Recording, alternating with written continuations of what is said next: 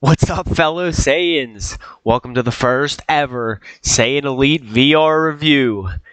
Today's game is Pavlov Shack. I'll be playing on the Oculus Quest 2.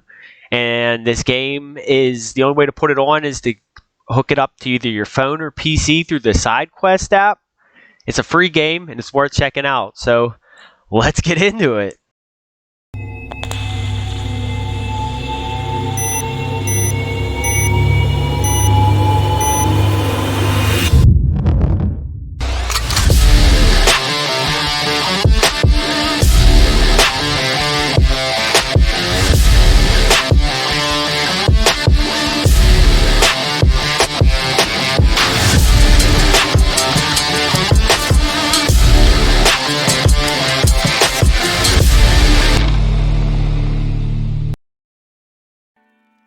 Okay, so many of you have been wondering, if you live under a rock, what is Pavlov? Well, Pavlov VR was a PC VR game released on Steam, and I don't know if it was much else, but this is a port of that game straight to the Oculus, which means you don't need a PC to run this game. You need a PC originally because you need an app called SideQuest, or on your phone it's the app, or you could just go to Side. You have to get it for your computer. You got to plug your Oculus into either your phone or your computer, and when you're on SideQuest, you could download. There's like games that they're not fully finished or on the store yet, but they're making their way there. So it's a cool little thing to check out. But there's tons and tons of games. But anyways, so this is the port directly to the Quest. I mean, you could tell, like, if you actually had the PC version, you could see the difference in the graphics. But I mean, if you're able to play it on standalone, I mean, what the hell? This game has tons of different game modes. I mean, this is your CS:GO / Call of Duty team deathmatch type thing. Like, I mean, details on guns. There's tons of guns, tons of different game modes. I mean, even a zombie mode. So here's how I do these reviews. There's 5 different categories with a total score of 5 for each category. We add, get the average at the end and see what it is. The top 5 categories are graphics, audio, controls, gameplay, and value / replayability. So, to top the first one off, let's talk about the graphics.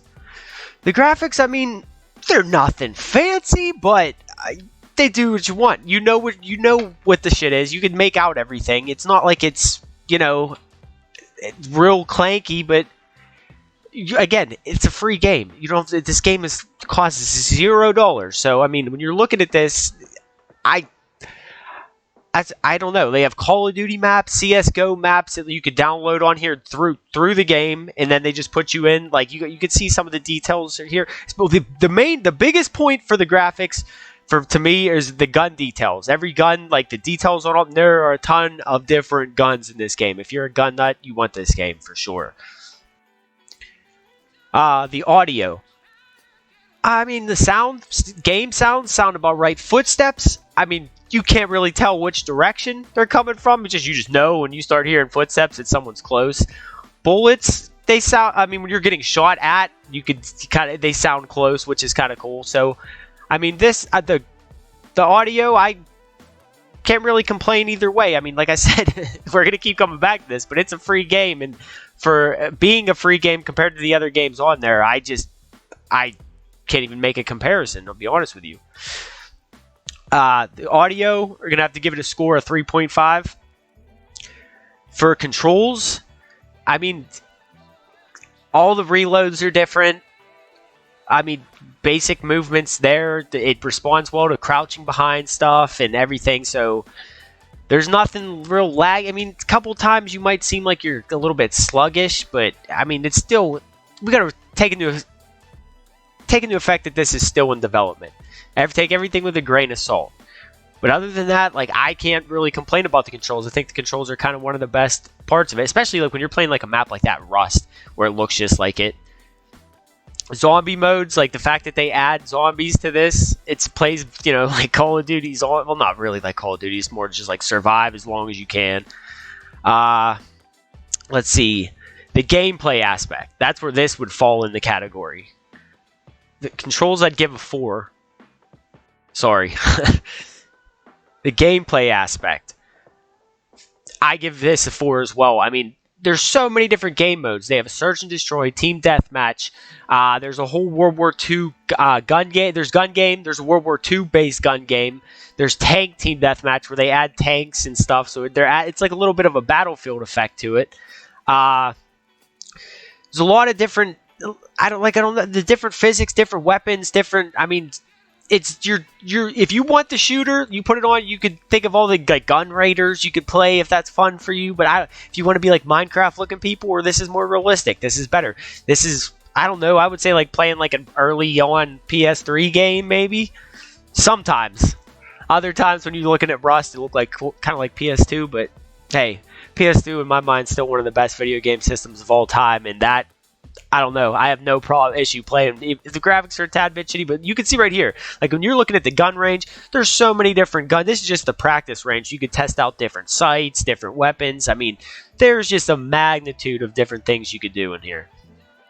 And there's special maps too. Like this was some Rick and Morty weird ass time warp. Like everything went in slow motion. Like there's like tons and tons of content in this little game, and it's amazing. For the gameplay value of it, I mean, I give it a 4. Now, last category, talking about value / replayability. Now, what that means is the game worth the money? Which ran away. I mean, it's $0. So yes, absolutely. In replayability, you're gonna play this more because this is like this is one of the top 2 shooters out there for VR. So you're gonna be replaying this often. So I give this a 5, a total 5 for the value and replayability. Now, in hindsight, the best part about this game to me is I would have to say the guns. One thing to talk about is also the large community that works on this. Like there's constant updates always coming out. There's tons of players. You go into a game, usually you're gonna find lobbies almost full with players. I mean, sometimes there might be a few here or there, but you're almost right now, especially right now, you're still guaranteed games. You're guaranteed fun, to be honest with you. Like sniping, I mean, they don't have scopes for whatever reason on this. I don't know why there's no scopes, but I mean, other than that, it's a great game. I had a good blast playing it, and I recommend it to everyone. My total score for this game is a 4.0, which, I mean, I think that if it reaches a 4 and above, wouldn't you essentially put that in like an essentials type thing? If you just got the quest, you want this game. You got to put this game on like as soon as you get it.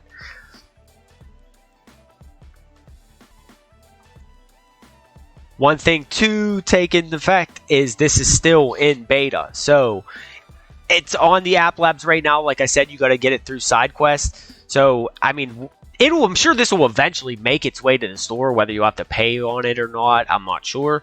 But as of right now, get your hands on it. Go play it. It's fun as hell. So there you have it for Pavlov Shack. Reaches a solid 4.0. Definitely puts it up there as a must-play game. I'd like to thank you guys for watching this. If you're on YouTube, please like the link below. Subscribe if you want. If you're on Twitch or Facebook, please follow me. I thank you guys for watching, and later, Saiyans.